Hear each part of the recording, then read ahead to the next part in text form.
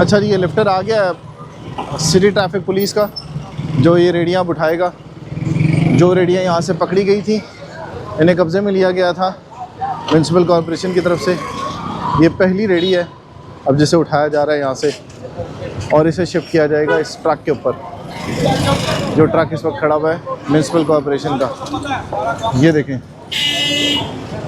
ये city traffic police ने उठा लिया इसको, और इसको अब शिफ्ट करने के लिए इंतज़ाम किए जा रहे हैं।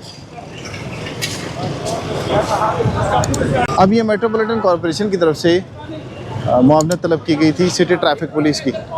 इसके ऊपर अब यहाँ पर सिटी ट्रैफिक पुलिस का लिफ्टर आया, जो ये रेडियाँ उठाएगा और उस ट्रक के अंदर शिफ्ट करेगा, क्योंकि ये बहुत भारी थी और इन्हें उठाना बहुत मुश्किल था।